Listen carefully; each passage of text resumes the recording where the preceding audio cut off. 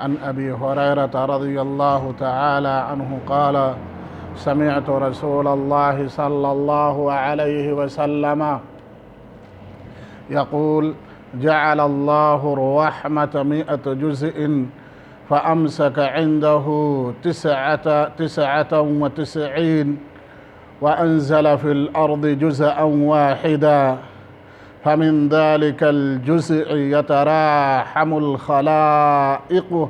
حتى ترفع الدابة حافرها عن ولدها خشية أن تصيبه أو كما قال عليه الصلاة والسلام۔ حضرت ابو ہریرہ رضی اللہ تعالی عنہ سے روایت ہے کہ آپ صلی اللہ علیہ وسلم نے فرمایا، اللہ تعالی نے رحمت کے 100 حصے 100 جز بنائے، اس میں سے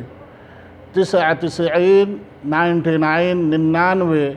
حصے اپنے پاس رکھ لیے اور ایک حصہ دنیا میں اتار دیا تمام مخلوقات کے لیے۔ اسی ایک حصے جو رحمت کا اللہ تعالی نے اس دنیا میں اتارا ہے، اسی کی برکت کی وجہ سے انس، جن، چرند، پرند، درند، حیوانات، کیڑے مکوڑے سب آپس میں ایک دوسرے سے شفقت اور محبت کرتے ہیں۔ اسی طریقے سے دوسرے حدیث میں اور زیادہ خلاصہ ہے کہ اللہ تعالی نے جس دن زمین و آسمان کو بنایا اسی دن رحمت کے 100 حصے کیے، 99 حصے اپنے پاس رکھ لیا، ایک حصہ دنیا میں اتار دیا، جس کی برکت سے، جس کی وجہ سے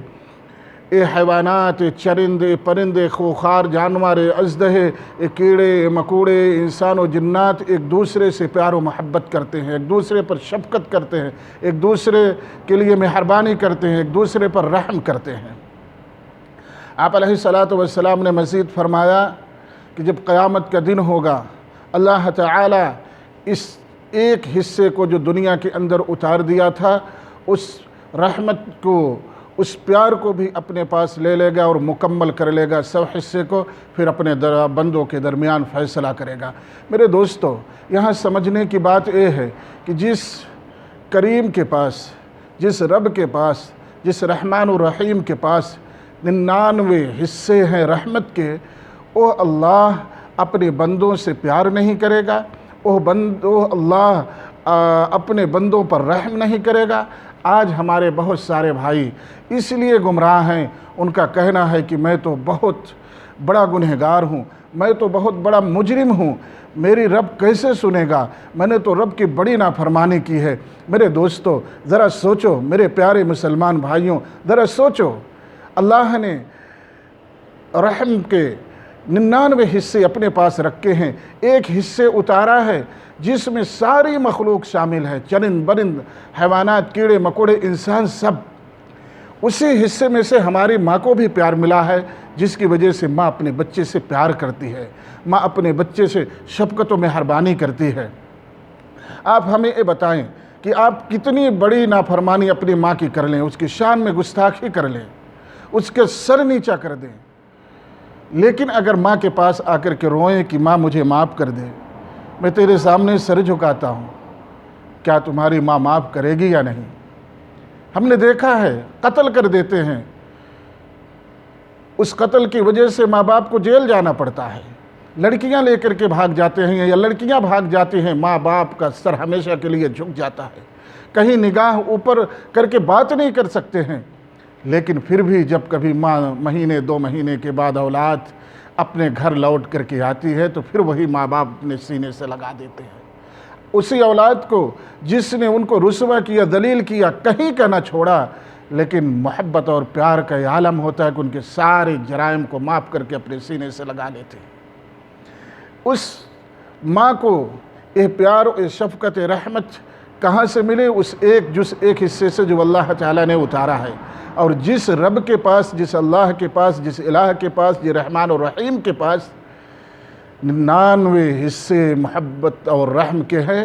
اگر کوئی اس کا بندہ گناہ کر کے، جرم کر کے اپنی رب کی چوکھٹ پر آ جائے اور رب کے پاس سر جھکا دے تو رب اپنے بندے سے محبت نہیں کرے گا، پیار نہیں کرے گا، اس کو معاف نہیں کرے گا؟ ان ہماری عقلوں میں بھوسا نہیں، گندگی بھر گئی ہے۔ اگر بھوسا بھرا ہوتا تب بھی سوچ لیتے کہ ایک ماں، ایک باپ، ایک بھائی اپنے آدمی کو، اپنے پیارے کو، اپنے قریبی کو معاف کر دیتا ہے، تو رب جو اتنا کریم ہے، جس کی صفت ہی رحمان و رحیم ہے، جس کی صفت ہی اپنے بندے کے لیے رحم کی ہے، وہ رب اپنے بندے کو معاف نہیں کرے گا؟ میرے دوستو، رب کو مت چھوڑو، رب کے در کو پکڑ لو، سارے آپ کے مصیبتیں دور ہو جائیں گی۔ میرے دوستو، آپ علیہ السلام ایک جنگ کا واقعہ صحابی رسول بیان کرتے ہیں کہ کچھ قیدی گرفتار ہو کر کے آئے، اس میں ایک عورت تھی، وہ لوگوں کے درمیان دوڑ کر کے، بھاگ کر کے اپنے بچے کو تلاش کر رہے تھے، یعنی اس کا بچہ کہیں گم ہو گیا تھا۔ آپ علیہ السلام دیکھ رہے تھے، اس ماں کو اپنے بچے سے پیار کا یہ عالم تھا کہ جس کسی کے بچے کو پاتی اس کو اپنے سینے سے لگاتی اور اپنا دودھ پلانے لگتی تھی۔ آپ علیہ السلام نے دیکھا، پھر وہ دوڑتے ڈھونڈتے پریشان ہو کر کے اپنے بچے کو پا گئی اور اس بچے کو اپنے سینے سے لگایا اور اس کو دودھ پلانا شروع کر دیا۔ آپ علیہ السلام نے صحابہ کو مخاطب کر کے فرمایا، میرے پیارو، یہ بتاؤ کہ کیا ایک ماں اپنے بچے کو آگ میں پھینک سکتی ہے؟ صحابہ اکرام رضی اللہ تعالیٰ عنہم اجمعین نے کہا، ہرگز نہیں یا رسول اللہ۔ آپ علیہ السلام نے فرمایا، رب تو اس سے بڑا بھی رحم کرنے والا ہے، اپنے بندے سے شفقت و مہربانی کرنے والا ہے۔ یعنی جب ماں اپنے بچے کو آگ میں نہیں پھینک سکتی ہے تو اللہ تعالیٰ اپنے بندے کو کیسے آگ میں ڈالے گا؟ میرے دوستو، اس سمجھنے کی بات ہے، ہم سمجھیں، آئیں اللہ کے در پر، چھوڑیں گمراہیت اور ضلالت کو، چھوڑیں جرم کو، رب کے در پہ آئیں اور اپنے سر کو جھکائیں، رب سے معافی مانگیں، رب کے سامنے سجدہ کریں، توبہ استغفار کریں، انشاءاللہ رب ہمارے سارے گناہوں کو معاف کر دے گا۔ ان اللہ یغفر الذنوب جمیعا، اللہ سارے کے سارے گناہوں کو معاف فرما دے گا۔ میرے دوستو، سوچو، غور کرو اللہ کے اس کرم پر۔ اللہ تعالیٰ تو ہمیں مخاطب کر کے فرماتا ہے، ہمیں بلاتا ہے کہ آؤ میرے در پر، بھٹکے ہوئے ہو شام کو تو صبح چلے آؤ، صبح بھٹک گئے ہو تو شام کو چلے آؤ۔ میرے دوستو، رب کے سامنے ہاتھ پھیلاؤ، رب معاف کرنے والا ہے، رب اپنے بندے سے عفو اور درگزر کرتا ہے، اپنے بندے سے پیار کرتا ہے، وہ چاہتا ہے کہ میرا بندہ مجھ سے توبہ کرے، مجھ سے اس پر میں غصہ ہوں، لیکن میرے غصے کی وجہ سے اگر وہ ڈرتا ہے، خوف کرتا ہے تو آئے، اور اللہ تعالیٰ تو معاف کرنے کے لیے تیار ہے۔ اللہ تعالیٰ ہم تمام مسلمانوں کو رب کے سامنے توبہ کرنے کی توفیق عطا فرمائے، اور اللہ تعالیٰ ہم سب کو رب کے اس رحم کو، رب کے اس کرم کو سمجھنے کی توفیق عطا فرمائے، تاکہ ہم سب گمراہ نہ ہوں۔ کیونکہ آج ہم پیر و فقیروں کے چکر میں اسی لیے پڑ جاتے ہیں، ہمیں سوچتے ہیں کہ رب کے دربار میں وہی شفاعت، وہی سفارش، وہی جاہ و جلال کی قدر ہے جو دنیا میں بادشاہوں اور حاکموں کے پاس ہے۔ میرے دوستو، رب کے پاس ایسا کچھ بھی نہیں ہے۔ دنیا میں اس لیے قدر ہے کہ دنیا کا حاکم اپنے وزیروں کا، اپنے ماتحتوں کا محتاج ہے، لیکن اللہ تعالیٰ کسی بھی ولی، کسی بھی انسان، کسی بھی متقی، کسی بھی پرہیزگار کا محتاج حکومت چلانے میں نہیں ہے۔ اللہ تعالیٰ رحمان و رحیم ہے، اللہ تعالیٰ کریم ہے، اللہ تعالیٰ کی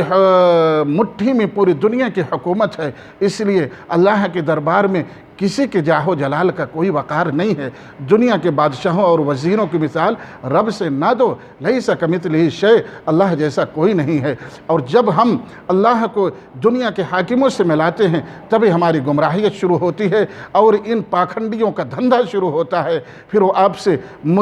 آپ کو مرید کرتے ہیں اور آپ سے پیسے ایٹھتے ہیں۔ میرے دوستو، آپ سمجھیں اللہ کے دربار کو، آپ سمجھیں اللہ کی حکمت کو، آپ سمجھیں اللہ کی قوت و وحدانیت کو، اللہ کے در پہ ذرا جا کر کے تو دیکھیں۔ میرے دوستو، میں آپ کو صرف سمجھانے کے لیے ایک ہی بات کہتا ہوں، آپ باپ ہیں، اپنے بچے پر کریم ہیں، اپنے بچے پر سے شفقت کرتے ہیں، ہر چیز اس کے لیے نچھاور کیے ہیں، لیکن اگر وہ پڑوسی کے یہاں جائے، وہ آپ کے رشتہ داروں کے یہاں جائے، وہ بولے کہ میرے ابو سے بول دو کہ مجھے یہ چیز خرید دیں، تو آپ کو خوشی ہوگی؟ آپ ناراض نہیں ہوگے؟ جی، آپ کو ناراضگی اس لیے ہوگی کہ جب ساری چیزیں آپ اپنے بچے کو دے رہے ہیں تو آپ کا بچہ دوسرے سے سفارش کیوں لگا رہا ہے؟ تو میرا رب نہیں ناراض ہوگا؟